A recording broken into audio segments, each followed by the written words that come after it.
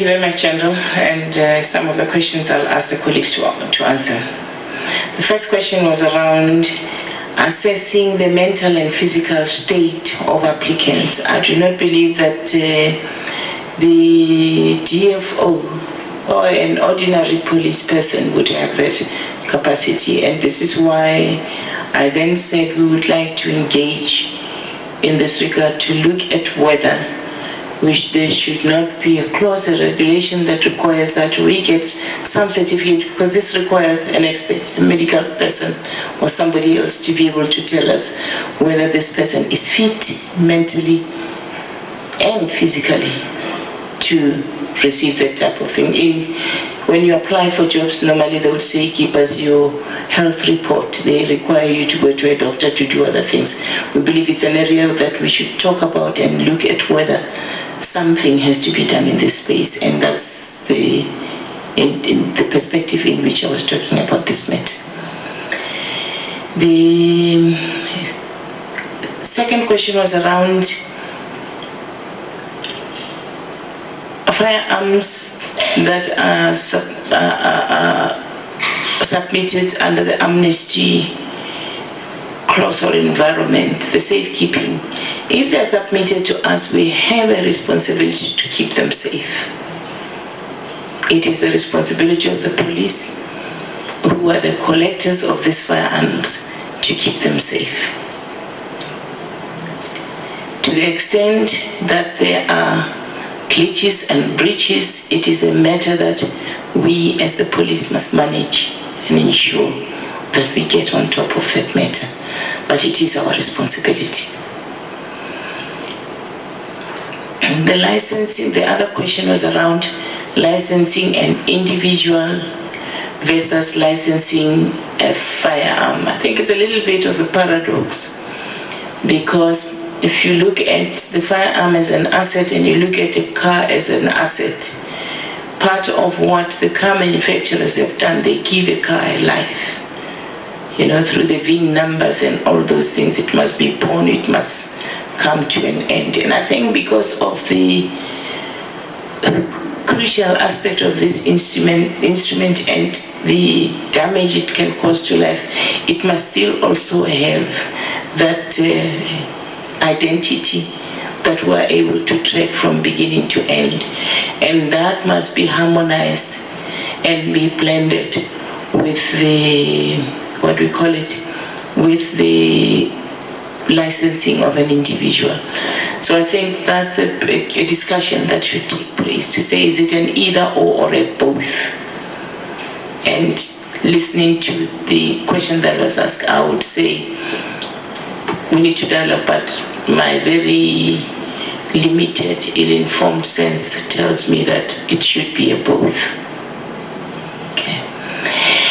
The issue of how can we help, like they always say in FNB, we definitely shall reach out, because we believe we must throw everything and anything at this process, reaching out to the school children, talking to communities.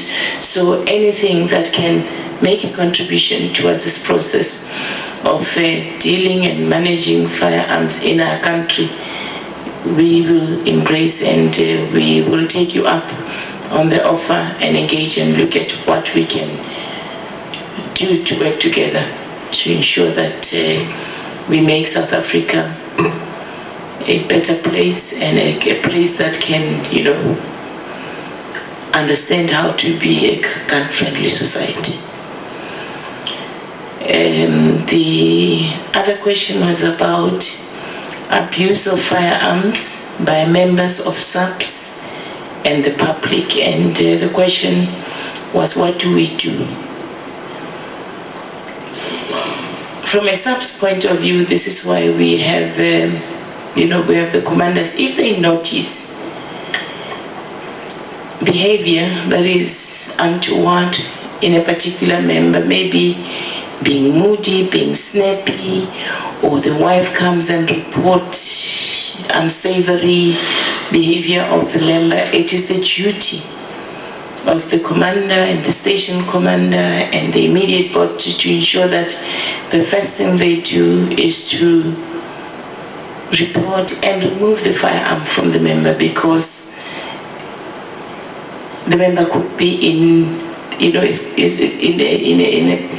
prejudiced position, and having a firearm may not be a very helpful or a healthy state of affairs. We also request that when such things are observed, we have what we call employee health and well-being. Such a member should be referred to practitioners in their space. We have pastors, we have social workers, we have psychologists. Members should be referred there, but the removal of the gun is very important. And until such time that the commander, the station commander, are satisfied with the fact that necessary intervention has been made, then the gun can be retained. I would submit that perhaps there could be weaknesses in implementing these processes.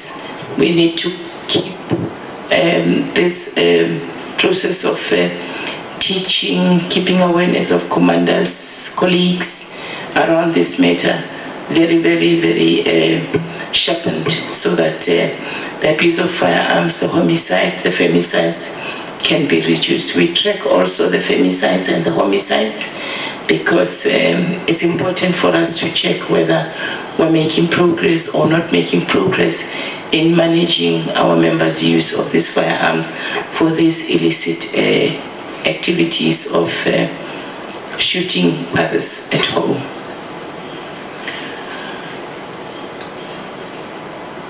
The question around the application in Gauteng, what I would request is that we get details of that, and I'm sure our lawyers as well as the physical environment will look into those matters. And I shall say we are law-abiding citizens. Our intention is to ensure that we comply with the laws of this country. To the extent that there could be those glitches, we would like them to be addressed urgently. Thank you.